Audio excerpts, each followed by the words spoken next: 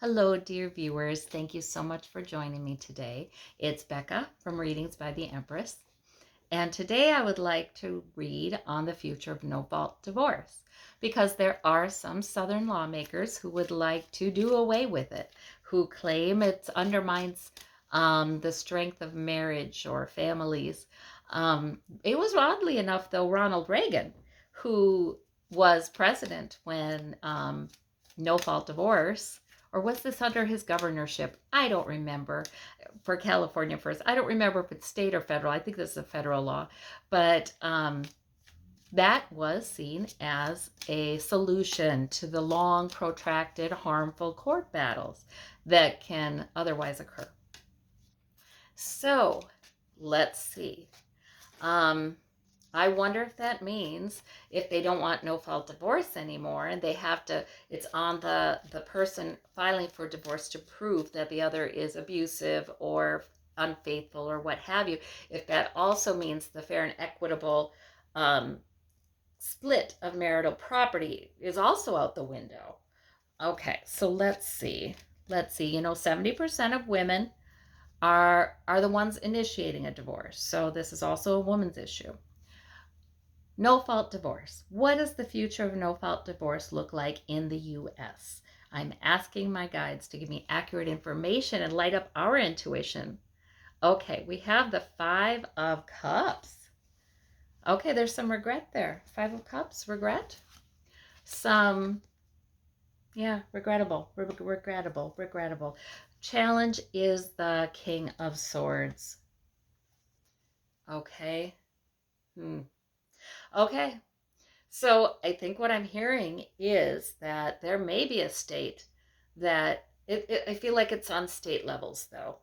There may be a state that overturns NoFault Divorce because the King of Swords is sort of like people, men in power right now who do have, power, and they have a voice and they have a plan. That means so. Yeah, things may be being written now, rules, laws. Okay, underneath is the Ace of Coins. Somehow, money is underneath this. Interesting.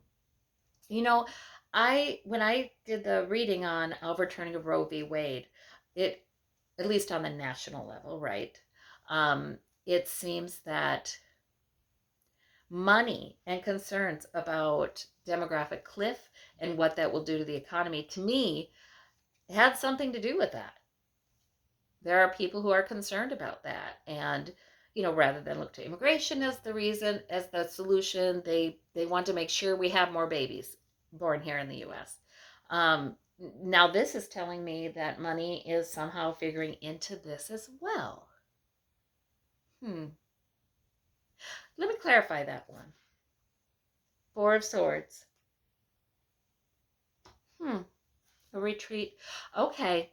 Well, this really could be about, yeah, I guess on both sides too. Okay. Yeah. There are some people who are donating to politicians and spearheading this lobbying for this, partly because it costs us more in taxpayer dollars sometimes when there is divorce, if very frequently for women, their standard of living and the children's standard of living goes down. Usually women have more of the parenting responsibilities still and have to pay the daycare and things like this, even though a lot of times it's pretty, joint physical custody is requested. Doesn't mean a lot of times that's how it ends up, in the divorce.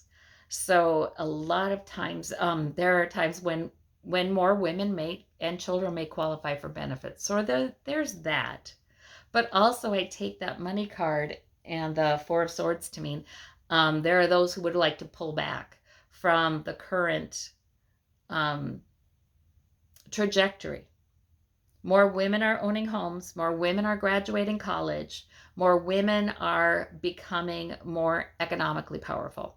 They're voting in greater numbers, they're owning businesses, still not in greater numbers than men, but things are changing. The lay of the land is changing.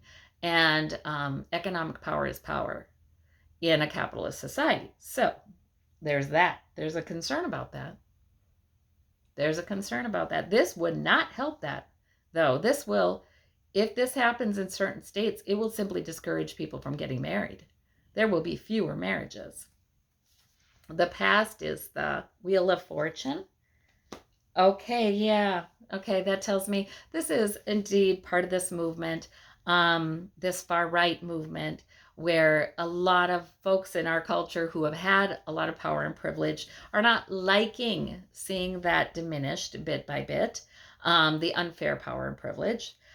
And yeah, so they're doing whatever they can do to try to hold on to that power. And this is, this has to do with racism. This has to do with, of course, sexism. This has to do with all of those isms that threaten this sort of traditional um, way of viewing the family and the way that things should be. Yeah, which is gotta go. We don't need that. I mean, we'd all be safer if each individual's choices were respected and each individual was sovereign and each individual was valued equal. We'd all be more safe, but these folks don't get that. Above it all, we have the Knight of Swords. So that is, a lot of talk. Okay, so most of the time this isn't going to come to pass. In most states, this is not going to come to pass. In the immediate future, we have the Seven of Coins. Sort of like, I wonder what that is. Let's see. Democrats celebrating. Okay, yeah. So this is about women becoming more involved in politics. And, we don't like anything that threatens the security of our families or of us. So that Seven of Coins to me suggests they are going to be voting this down. So if it does occur, but the cards to me suggest it can occur in a state or two, or maybe more. A little bit of progress they may make toward that. But then the Democrats are rising. So I think it's probably reversed. So that's what I'm seeing.